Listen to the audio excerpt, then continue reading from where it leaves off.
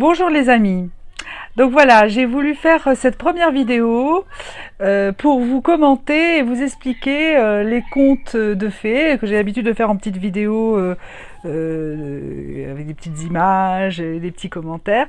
Et là j'ai eu envie de le faire en explication orale, de vous expliquer vraiment plus précisément. Donc vous m'excuserez, c'est vraiment la première fois, je démarre, je ne maîtrise pas tout et je m'essaye dans ce registre-là. Alors, déjà, on va peut-être essayer de remettre un peu dans le contexte. J'ai effectivement entamé depuis plusieurs séries, j'ai fait toute une série. Il y a eu Hansel et Gretel, il y a eu La Belle au bois dormant, il y a eu Blanche-Neige, il y a eu Kirikou et la sorcière. Aujourd'hui, j'ai décidé de vous parler du conte Le vilain petit canard. Alors, je vous retraduis un petit peu, je vous retranscris un petit peu d'abord l'histoire.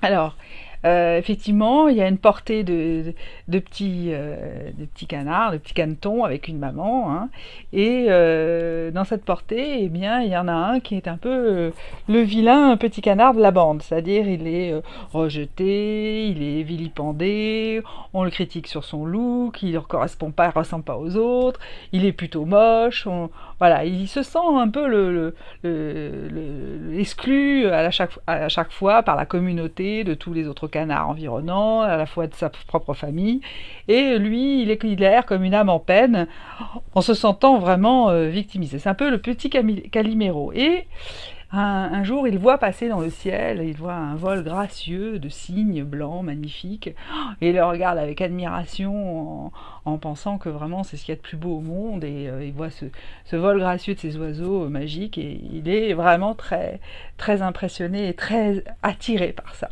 Et puis finalement, il grandit, et puis n'en pouvant plus de subir toutes les colibés, les critiques, les mauvaises actions de tout son environnement, que ce soit la mère qu'il rejette, ses autres frères et sœurs. Donc du coup, eh bien, il part, il va en errance, il quitte le nœud familial, enfin l'environnement familial. Et puis donc il va comme ça passer du temps, il va grandir, et puis un jour il est en train de boire dans un étang, dans une mare, et là en buvant il s'aperçoit, il voit le reflet de son propre image, et là que ne voit-il pas qu'en fait il ressemble trait pour trait à ces magnifiques oiseaux qu'il avait vus quand il était plus petit et qu'il avait admiré comme ça, et qu'il pensait quelque chose d'absolument inatteignable.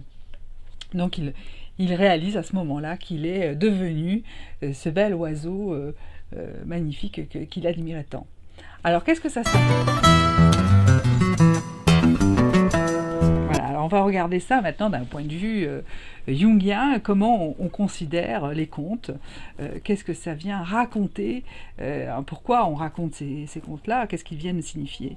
Il signifie que ce sont ce genre de contes où on voit un peu aussi comme Cendrillon, c'est donc des enfants ou des personnes qui au sein de la famille, la cellule familiale, se sentent comme vraiment, comme on dit l'expression, le vilain petit canard, donc comme quelqu'un qui n'en aime pas, qui est dévalué, sous-estimé, qui est carrément critiqué, qui est carrément attaqué, qui se sent vraiment sali. Cendrillon, elle vit dans les cendres, donc vous voyez, il y a ce sentiment d'être sale. Tout comme pour le vilain petit canard, qui a vraiment le sentiment d'être moche, d'être laid, de pas être terrible, quoi. Ça, c'est au fond la confrontation que tout un chacun vit à travers effectivement le rapport, la relation, dans sa construction psychique. On va construire ce qu'on appelle la persona. l'image que l'on va donner et la représentation que l'on va donner. C'est vrai qu'on va sentir comme une pression sociale et une pression familiale par rapport au collectif. Donc on va voir que le groupe, dans son ensemble, il aura besoin de se formater, de correspondre à certains codes, à certaines normes. Et peut-être qu'enfant, il y a un sentiment qu'on ne correspond pas à cette norme, à ce que c'est finalement les injonctions que peuvent donner les parents, les moqueries que subit ce petit Caneton, au fond, représentent toutes les préjugés, toutes les attentes, tout ce que les personnes peuvent projeter. Et finalement, quand l'individu se construit, quand la personne se construit, elle va essayer de trouver ce qu'on appelle l'approbation sociale ou la validation sociale, c'est-à-dire qu'elle puisse pouvoir s'insérer vis-à-vis de ce collectif. Donc vous imaginez ce mal-être en tant qu'enfant quand effectivement on voit bien que les parents projettent sur soi certaines attentes, les professeurs à l'école, les camarades de classe, chacun va y mettre comme ça des attentes, des intentions, des réflexions, et tout ça va faire que la personne va se morceler et va essayer de correspondre et s'adapter au maximum par rapport à ses attentes et ses injonctions. Et du coup, elle va construire un personnage extérieur, une image de soi qu'on appelle la persona. C'est-à-dire c'est l'être que l'on donne, l'image que l'on donne par rapport aux sollicitations extérieures. Donc c'est vraiment ce que l'on veut montrer de soi.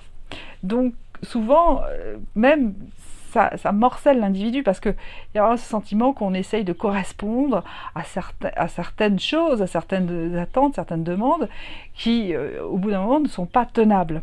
Donc on essaye d'être l'enfant idéal en fonction de ce que nos parents ont demandé de nous, selon leurs critères. On essaye d'être après le camarade ou l'ami, selon par rapport à notre environnement social, les camarades de classe, ou après, quand on va grandir, notre cercle d'amitié.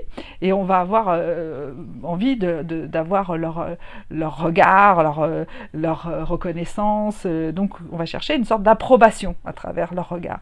Donc on va essayer de correspondre à certaines attentes, certains critères. Puis comme ça va être pareil au travail.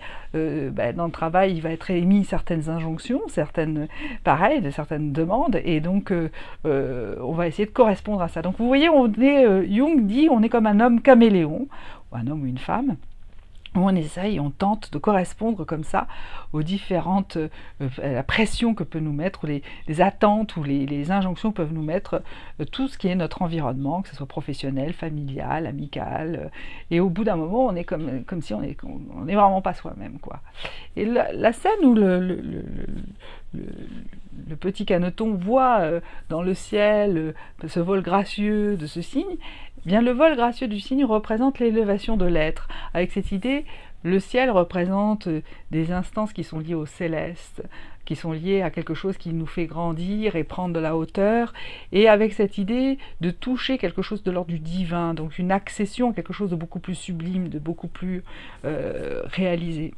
Et le cygne représente, c'est une symbolique très belle, le cygne est très gracieux, c'est un animal noble en quelque sorte, et il représente le soi, c'est-à-dire là la part de l'individu qui est très profonde, qui est une part très, très éveillée, très lumineuse, mais que la personne doit aller chercher. Donc au départ, quand il est encore un petit Caneton, il pressent qu'il y a quelque chose en lui, il ne voit pas que c'est lui, et il croit, il l'extériorise, il projette en pensant c'est quelque chose d'autre, mais ce n'est pas moi. Et puis finalement, il va traverser des épreuves. À travers ces épreuves, il va apprendre à se différencier du collectif. Et le moment où il quitte le groupe, où finalement il va faire son propre chemin, c'est le moment où dans notre vie, on va opérer une sorte de différenciation par rapport à ces demandes, que ce soit les demandes parentales, les demandes des amis, des demandes au niveau du travail, au niveau des demandes professionnelles. À chaque fois, on va peut-être à un moment donné arriver à se différencier du collectif, du groupe, de cette pression sociale. Et à ce moment-là, elle va faire émerger sa psychologie propre. Et en faisant ça, on va se rapprocher et aller à la rencontre de soi et pouvoir exprimer et révéler qui on est profondément vraiment.